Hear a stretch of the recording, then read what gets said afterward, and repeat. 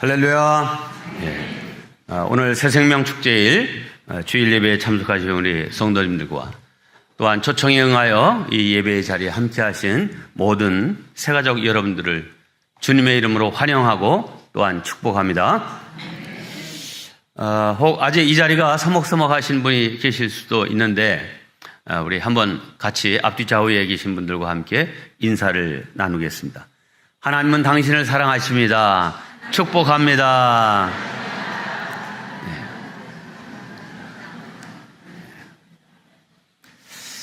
어느 시골 할아버지가 아들이 사는 서울에 가시게 됐습니다.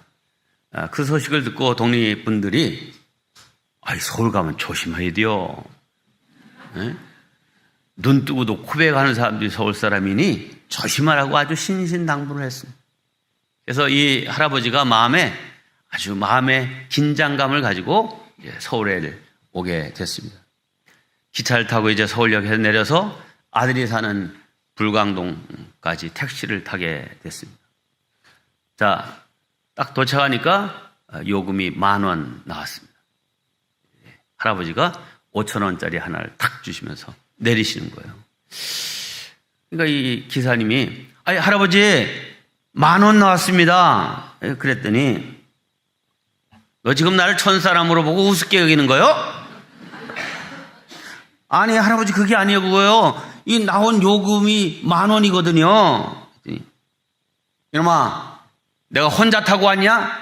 너도 타고 왔잖아. 내 것만 내면 돼. 그리고 탁 내리시는 거예요.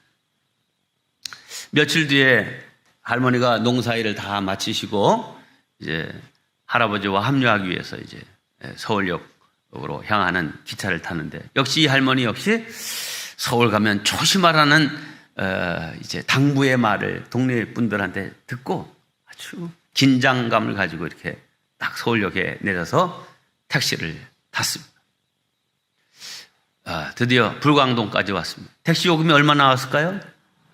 역시 똑같이 10,000원 나왔습니다. 이 할머니가 5,200원을 탁 주면서 내리시는 거예요. 할머니 10,000원 나왔어요. 잔소리 말고 그것만 받아. 아니 할머니 10,000원 나왔다니까요. 이놈아 내가 택시 탈 때 벌써 4,800원이었어. 촌 사람이라고 나를 아주 등쳐먹으려고. 이런. 자, 이 입씨름에서 누가 이겼을까요? 네. 기사님이 이기질 못하고 할아버지 할머니가 이겼습니다. 자, 그러면 이 두 어르신들의 문제가 뭡니까? 당신의 판단, 자기의 생각이 절대적으로 옳다고 믿는 것입니다.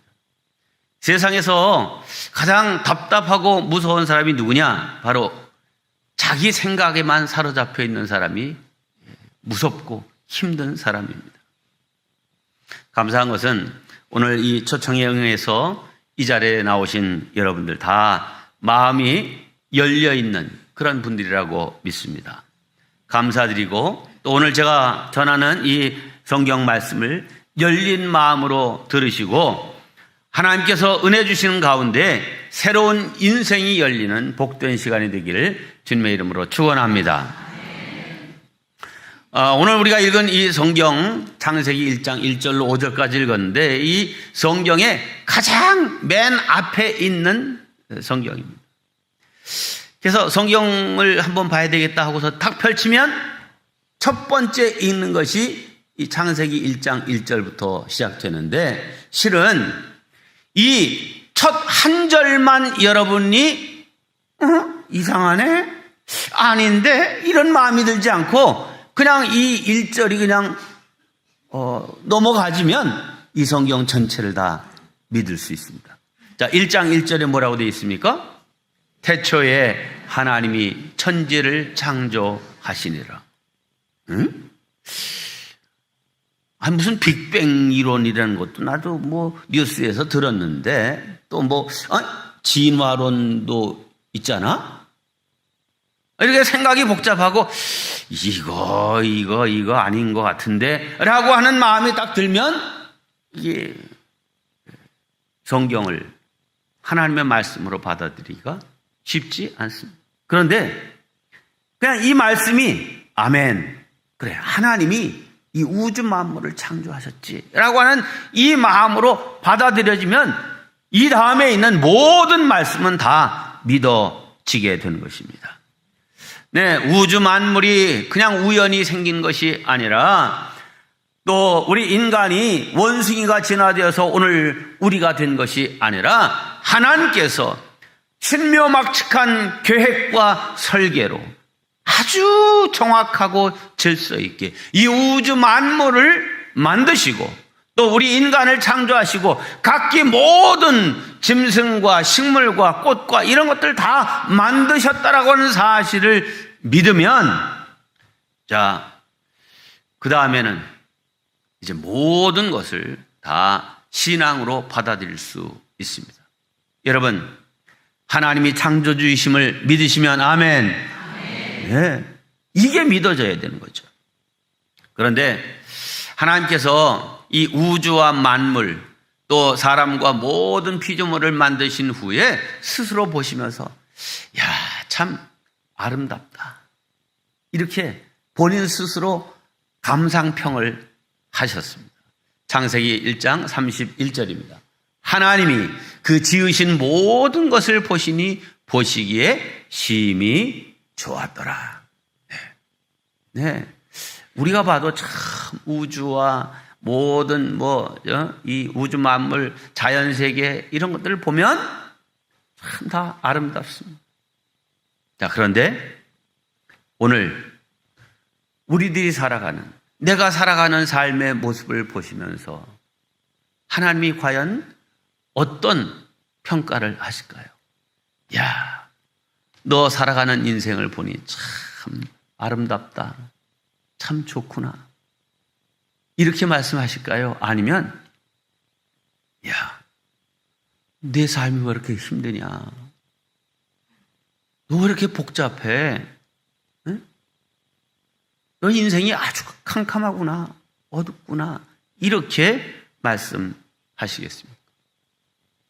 다 각자 그 대답이 다를 것이지만 세상에 문제가 하나도 없고 모든 것이 다 아름답고 좋은 인생은 없습니다.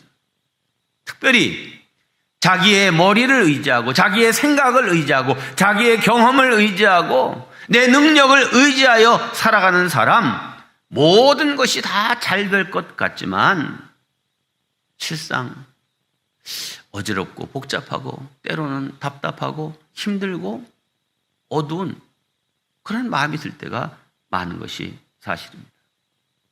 자, 우리 인간은 창조주이신 하나님을 믿고 그 말씀 속에 살아갈 때에 혼돈이 질서로, 공허가 충만함으로, 어두움이 밝음으로 변화될 수 있음을 믿으시기 바랍니다. 오늘 이 예배에 참석한 모든 분들, 이런 은혜가 임하시기를 주님의 이름으로 축원합니다. 하나님은 그 빛으로 질서와 충만함과 생명으로 변화시키셨습니다. 하나님께서 우주 만물을 창조하실 때에 이 세상의 모든 상태를 혼돈과 공허와 캄캄하다 이렇게 표현했어요. 2절 말씀입니다. 땅이 혼돈하고 공허하며 흑암이 깊음 위에 있고 그랬어요. 네.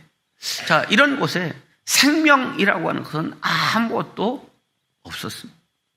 그런데 여기에 하나님이 빛이 있으라 명령하십니다. 환한 빛이 비치자 혼돈과 공허와 흑암은 물러갔습니다. 모든 것이 정돈되고 각종 생물이 창조되면서 죽음의 세상은 생명이 약동하는 아름다운 세상으로 변화되었습니다. 하나님의 빛이 이 모든 것을 그렇게 바꾸어 놓은 것입니다. 반면에 지금 우리가 성경을 본 대로 이런 하나님의 빛, 생명의 빛을 거절하고 하나님을 등지고 어두운 죄악 가운데 살아가는 인간의 모습을 이런 혼돈, 공허, 흑암의 상태로 비유하고 있습니다. 맞습니다. 하나님 없이 자신의 생각과 의지로 살아가는 사람, 언제나 혼돈과 공허와 캄캄함에 맞닥뜨리게 되어 있습니다. 하지만 캄캄하고 어두운 세상에 빛이 비춤으로 만물이 소생하고 활력을 갖게 되었듯이 우리 인생에도 하나님의 빛이 비춰지고 하나님의 빛이 내 삶 속에 비춰지게 되면 내 삶의 질서가 잡히고 생명을 얻고 텅 빈 마음이 기쁨과 충만함으로 채워지게 되는 것입니다. 그렇습니다. 만물이나 사람이나 다 똑같이 빛이 비춰져야만 소생하고 활력을 갖게 되는 것입니다. 오늘 교회에 처음 나오신 분이나 이미 교회에 다니고는 있지만 하나님을 진정 내 심령의 주인으로 영접하지 못한 사람, 빛이신 예수님을 받아들이지 못한 사람, 여전히 이제 어두움 가운데 혼란 가운데 살아가게 되어 있습니다. 그러나 창조주 하나님, 빛이신 예수님을 받아들이기만 하면 그 인생이 달라지고 삶이 달라질 수 있습니다. 자, 우리가 이 하나님을, 빛이신 예수님을 영접하면 어떤 놀라운 변화가 우리 인생에 임하게 될 것인가? 세 가지를 말씀드리겠습니다. 첫째, 하나님은 인생의 혼돈을 질서로 바꿔주십니다. 함께합니다. 혼돈을 질서로. 여기 혼돈이라고 하는 히브리어 토후라고 하는 말은 헬라어로는 카오스라고 하는 말인데, 이거는 무슨 형태가 없는 그런 무질서, 이런 뜻입니다. 근데 이 혼돈의 반대말은 코스모스인데, 이 우주를 일러 코스모스라고 얘기하기도 하고, 지금 가을에 피는 꽃 코스모스도 역시 코스모스입니다.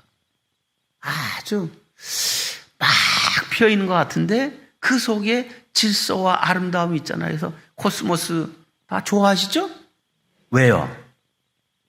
그 속에 다 각기인 것 같으면서도 질서와 아름다움이 있어요. 네, 이것은 단지 꽃의 아름다움이 아닙니다. 우주의 질서, 천체의 질서, 세계의 질서뿐만 아니라 우리 인생의 질서 있는 인생을 의미하는 것입니다. 올해 우리 교회의 표어가 뭡니까? 품위 있고 질서 있게. 네. 우리 교회 표어를 이렇게 품위 있고 질서 있게라고 정한 것은 우리가 하나님 안에서 정말 정돈되고 질서 있는 인생이 되어야 되겠다 하는 이 목표를 가지고 세운 표어입니다. 벌써 20년이 지났는데 태풍 매미로 인해서 엄청난 재해가 우리나라에 닥쳤었죠. 특별히 이 경남 마산, 이 마산은 이렇게 앞에 큰 산들이 이렇게 가로막고 그 산과 산 사이에 이렇게 수로가 있고 그 안에 마산항이 이렇게 있어서 웬만한 파도가 이렇게 닥쳐와도 앞에 있는 그 산들이 이렇게 다 막아주기 때문에 아주 천혜의 항구입니다.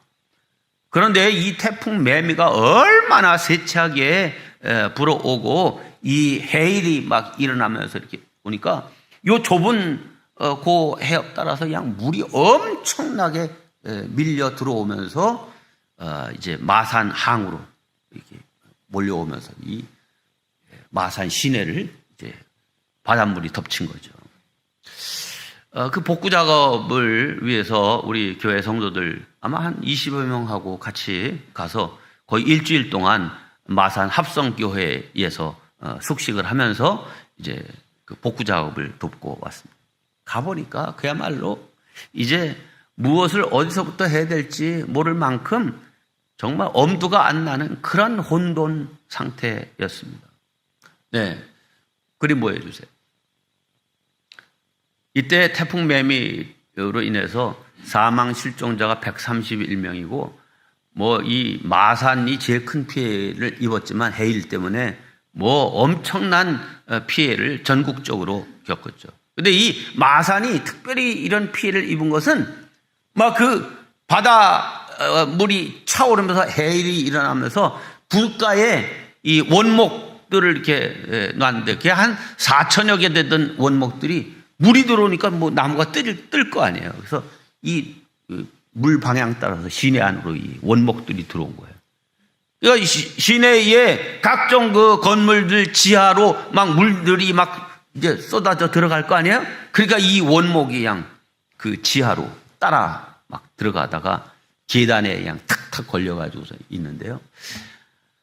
아휴, 그거 그냥 뭐, 밧줄을 매가지고선 10명, 20명이 잡아당겨서 꺼내고, 포크레인 중장비가 와가지고서 그거 꺼내고, 그 안에 들어가니까요, 막 뻘이 꽉 차가지고, 정말 뭐, 말로 다 할 수 없고, 그거 뭐 우리가 하다가, 이거 도저히 뭐 이거 우리 힘으로 어떻게 할 수가 있는 게 아니다. 그래서 조금 외곽에 이렇게 비닐하우스들 있던 곳에 가니까요. 비닐하우스도 그냥 태풍에 다 찢겨 날아가고 막 그 밑에 있던 작물들도 다 짓이겨지고 막 혼돈 그 자체였습니다.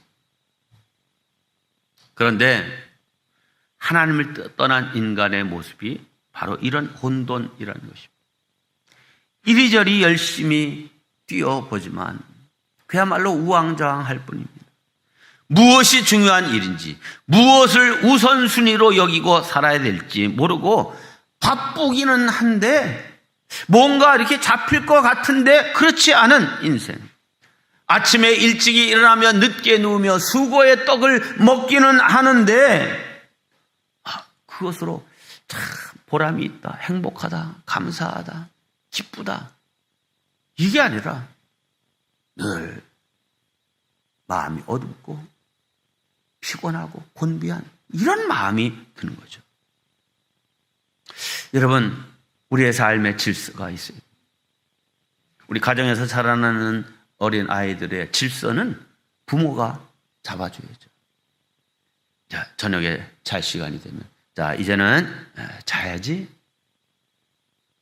잠옷 입고 잠자리에 들게 하고 또 아침에 시간이 되면 일어나고 세수하고 밥 먹고 학교 가고 학교 갔다 와서는 또 숙제하고 이런 삶의 사이클과 질서를 부모가 잘 잡아주어야 이 아이가 건강한 아이로 온전한 질서 있는 그리고 자기 자신을 잘 계획하고 미래를 열어갈 수 있는 그런 아이로 자라가게 되는 거죠. 우리 어른도 마찬가지입니다.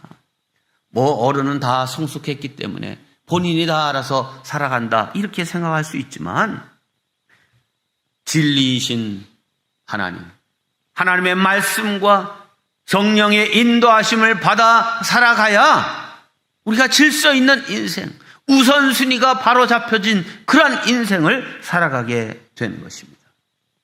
하나님은 질서의 하나님이십니다. 창조의 역사를 보다도 얼마나 질서정연하게 일을 처리하셨습니다. 그리고 하나님의 말씀은 정확무오한 완전한 말씀입니다. 그래서 이 말씀 따라 준행하면 그 인생이 질서 있고 정돈되고 아름다운 그런 인생이 되는 거예요. 코스모스를 볼 때 아름답다 하는 것처럼 하나님 말씀 안에서 살아가는 인생을 보면 아름답다 이렇게 평하게 되는 것입니다. 나 스스로의 지혜와 능력과 경험과 힘을 의지하여 살아가는 그런 인생이 아니라 질서의 하나님을 의지하여 살아가는 저와 여러분 되시기를 바랍니다. 시편 127편 1절입니다.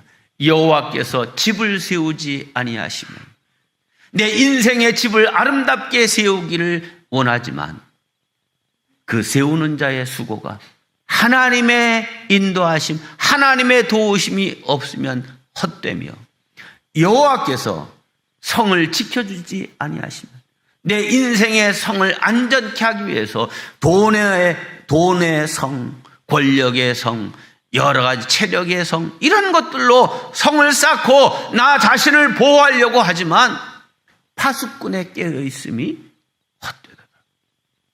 여러분, 저와 여러분 모두가 또 여러분의 가정 식구들이 이 질서의 하나님, 창조의 하나님, 그 하나님을 인생의 주인으로 모셔서 가정의 질서와 행복이 보장되는 은혜의 삶을 살아가는 저와 여러분 되시기를 주님의 이름으로 축원합니다. 두 번째, 하나님은 인생의 공허를 충만으로 바꿔주십니다. 함께합니다. 공허를 충만으로. 네, 여기 공허라고 하는 히브리어는 보후라고 하는 그런 말인데, 이 말은 그냥 텅 비어 있는 상태, 아무것도 없는 허무한 그런 거죠. 속이 휑하니 비어 있는 허전한 삶. 뭔가 이거를 가지면, 이거를 성취하면 막 기쁨으로 가득 차고 만족함이 있을 것 같은데, 그거 가졌는데 그 기쁨은 잠시뿐이고 또 다른 허전함이 내 마음에 들어. 여기에 오르면 뭐 더 이상 무슨 원함이 있겠나? 만족하겠지. 그게 아닌 거예요. 하나님이 우리 인간을 창조하시면서 하나님이 자리하셔야만 채워질 수 있는 빈 자리를 이렇게 만들어 놓으셨어요. 그래서 사람은 늘 이 빈 자리를 느끼게 되어 있습니다. 그 빈 자리를 채우기 위해서 사람들은 물질로, 명예로, 권력으로, 향락으로 채워봅니다. 잠시 채워진 듯 하지만 그것으로 완전히 채워지지 않습니다. 하나님으로만 채워지는 거예요. 그래서 재벌이라도 공허하고 모든 것을 다 가진 것 같은 사람인데도 허무하고 이런 거죠. 여러분, 인생의 불행이 왜 오는 것입니까? 정말 이 빈자리에 채워져야 될 분이 하나님이신 것을 모르고 다른 것으로 채우려고 애쓰기 때문에 오는 것입니다. 여러분, 이 세상에서 가장 화려하게 살았던 사람은 이스라엘의 세 번째 왕이었던 솔로몬이었습니다. 그의 삶의 고백이 무엇입니까? 세상에서 모든 자기가 원하는 바를 다 갖고 누리고 치장하고 해봤지만 여전히 공허하다는 것이죠. 그가 쓴 전도서를 보면 그가 이렇게 탄식합니다. 전도서 1장 8절입니다. 눈은 보아도 족함이 없고 귀는 들어도 가득 차지 아니하도다. 네, 그는 왕이었기 때문에 눈에 좋게 보이는 것, 귀에 좋게 들리는 것 다 가져보고 누려봤지만 세상 그 어떤 것을 다 가지고 누려봤어도 영혼의 공허를 채울 수가 없었다는 것입니다. 그는 이렇게 탄식합니다. 2장 11절입니다. 내가 생각해 본즉 내 손으로 한 모든 일과 내가 수고한 모든 것이 다 헛되어 바람을 잡는 것과 같도다. 요거 잡으면 딱 잡힐 것 같은데 아무리 굳세게 잡고 잡았지 생각하고 펼쳐보니 아무것도 없는 거예요.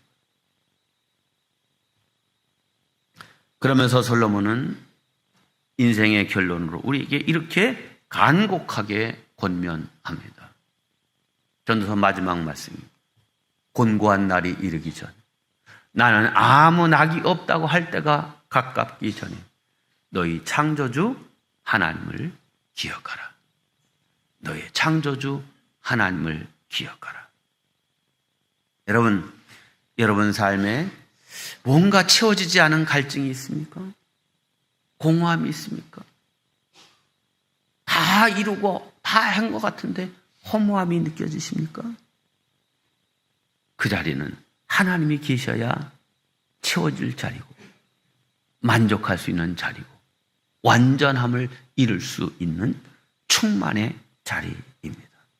사랑하는 성도 여러분, 이제 창조주 하나님, 빛이신 예수님을 여러분의 인생의 주인으로 모시기를 바랍니다. 공허가 만족과 충만함으로 채워질 줄로 믿습니다. 고린도 후서에서 이렇게 말씀합니다. 우리의 만족은 오직 하나님께로부터 나느니라. 네, 우리 함께 봉독합니다. 시작. 우리의 만족은 오직 하나님께로부터 나느니라. 네. 만족, 더 이상 원함이 없는 마음. 여호와는 나의 목자시니 내게 부족함이 없도다. 이렇게 오늘 교동문에서 시편 23편에서 읽었죠. 하나님이 내 목자가 되시니 나는 부족함이 없도다. 네, 우리는 그렇게 번역을 했는데 원어 성경에는 여호와 하나님이 내 인생의 목자시니 나는 더 원함이 없도다. 왜? 하나님 그분으로 인해서 만족하고 충만한 삶을 살기 때문에 더 이상 원함이 없다. 이것이 곧 충만한 삶입니다. 주 안에서 누리는 이러한 풍요함이 저와 여러분에게 넘쳐나기를 주님의 이름으로 축원합니다. 마지막 세 번째, 하나님은 인생의 어두움을 빛으로 바꾸어 주십니다. 함께합니다. 어두움을 빛으로. 여기 흑암이라고 하는 히브리어 호셰크라고 하는 말은 그냥 단순히 어둠만을 뜻한 것이 아닙니다. 죽음, 죄악, 허무, 무지, 맹목 이런 뜻이 있습니다. 이런 흑암에는 생명이 있을 수 없습니다. 2절에 흑암이 깊음 위에 있다라고 하는 말은 천지가 다 캄캄하다는 그런 말이지만 우리 인생이 다 그냥 깜깜한 거예요. 빛이 보여야 되는, 희망이 보여야 되는, 미래가 보여야 되는 그런 인생이어야 되는데 그냥 캄캄한 거예요. 하나님을 떠난 인생, 캄캄한 마음, 어두운 마음, 허무한 마음이 되는 것입니다. 로마서에서 이렇게 말합니다. 1장 21절입니다. 하나님을 알되 하나님을 영화롭게도 아니하고 감사하지도 아니하고 오히려 그 마음이 허망하여지며 미련한 마음이 어두워졌느니라. 하나님을 영접하고 그 하나님을 인생의 주인으로 모시고 살면 그 인생이 정말 복된 인생, 감사하며 사는 인생이 될 줄을 알면서도 그거 하지 않을 때 그 인생이 허망해지고 어두워지게 됩니다. 이러한 허망한 생각, 어둠의 생각이 들어오게 되면 이것이 죄의 독소인데 이 죄의 독소가 우리를 죄를 짓게 하고 그 죄의 값으로 사망에 이르게 되는 것입니다. 여러분, 안타깝게도 이 죄의 독소, 이것을 없앨 수 있는 약은 없습니다. 가끔 독소 빼는 무슨 주스 이런 것도 있고 그런데 그런 거 먹는다고 죄의 독이 빠지지 않습니다. 나라마다 제약회사마다 이런 신약 개발을 위해서 엄청난 비용을 투자하죠. 만들기만 하면 엄청난 많은 사람을 생명을 구할 수도 있고 또 돈도 많이 벌 수 있기 때문에 그렇죠. 하지만 이 죄의 독을 해독하고 그 죄의 독에서부터 해방할 수 있는 약은 오직 예수 그리스도의 보혈의 피밖에 없음을 믿으시기 바랍니다. 이것이 하나님이 내린 처방전입니다. 우리가 예수님의 보혈을 믿고 그 능력을 고백하면 사망과 저주, 무질서와 허무는 물러가게 되어 있습니다. 죄의 권세가 더는 우리를 해하지 못하게 됩니다. 우리는 하나님을 가까이 빛이신 주님을 영접해야 됩니다. 그러면 내 인생 속에 있는 어두움은 자연히 물러가게 되어 있습니다. 데살로니가전서 5장에 이렇게 말합니다. 형제들아, 너희는 어둠에 있지 아니하며 이제 주님을 영접하고 하나님을 영접한 인생이 되어 어둠에 있지 아니하며 너희는 다 빛의 아들이요 낮의 아들이라. 우리가 밤이나 어둠에 속하지 아니하나니. 아멘. 네, 예수 믿는 사람, 진정 예수님을 영접한 사람, 그는 낮에 속한 자요 빛의 자녀가 되는 것입니다. 이제 우리 모두 창조주 하나님, 빛이신 예수님을 모시고 살아가므로 혼돈의 삶을 마감하고 공허함을 해결하고 흑암의 세계에서 나와 빛의 세계로, 죽음의 세계에서 생명의 세계로 들어가는 우리 모두가 되기를 주님의 이름으로 축원합니다.